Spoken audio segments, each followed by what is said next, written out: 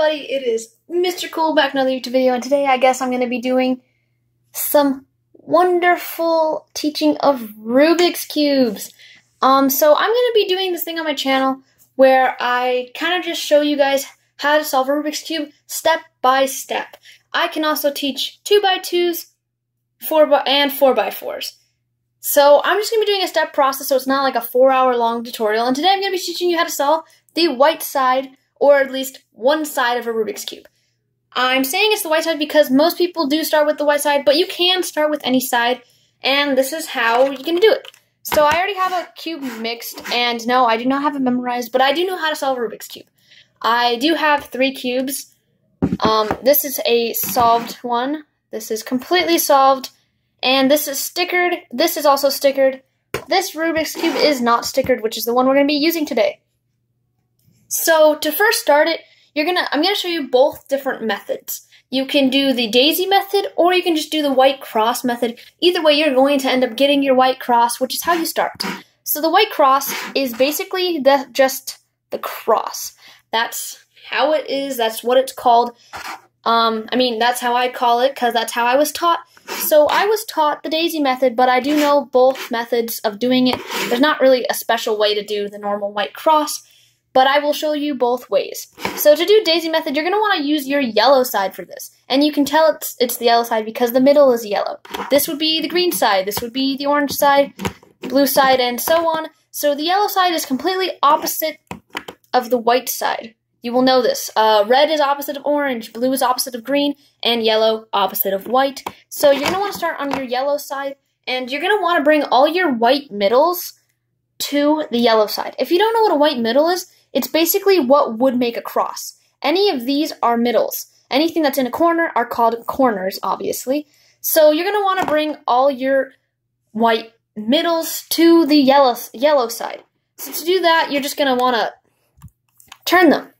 You're going to turn them until they get there. So we have one on the white side, but since I'm showing you daisy method, you're going to want to turn it like this to the yellow side.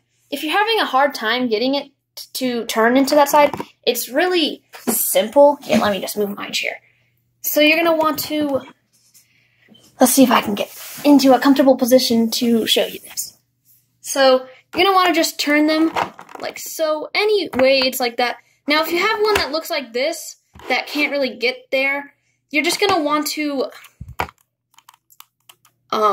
you see how this, so you're going to turn it so that it's in the position to turn to a yellow side. Now, there's already a white here, so you're just going to want to twist your bottom two so that it's in the position that it's being turned into an open middle.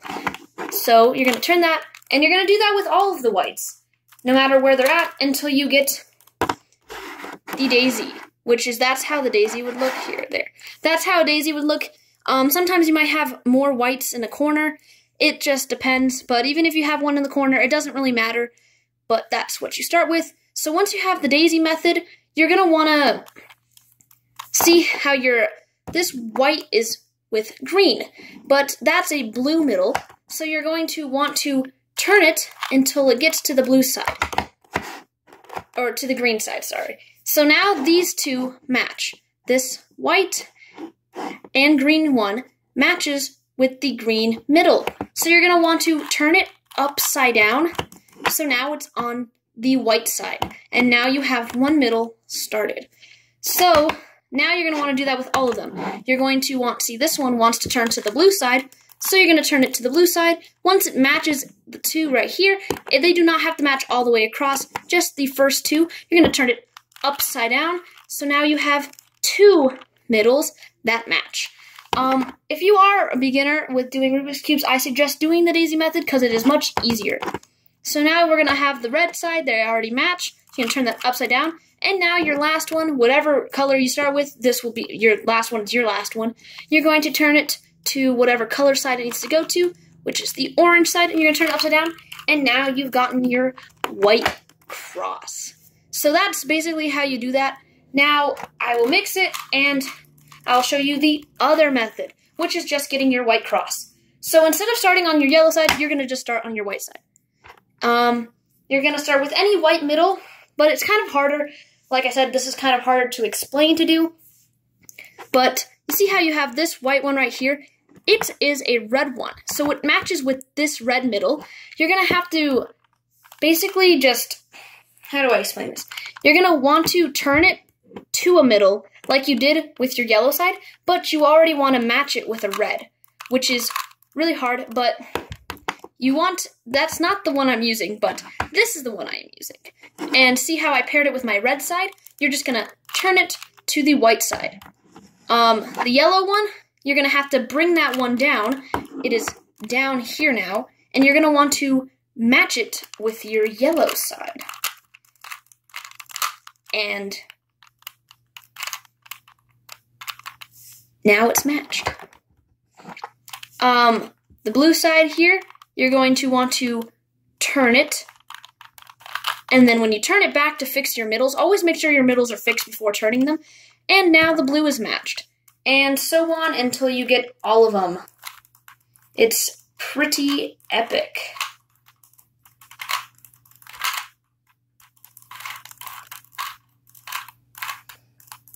So then after you get your white tee, you're gonna now want to start doing your corners. You might have your whole white side solved, but your corners might not be in the right place. And I'll tell you in a moment what this means, but if your corners are not in the right place, then you cannot solve your Rubik's Cube. And if your middles are not in the right place, you cannot solve your Rubik's Cube.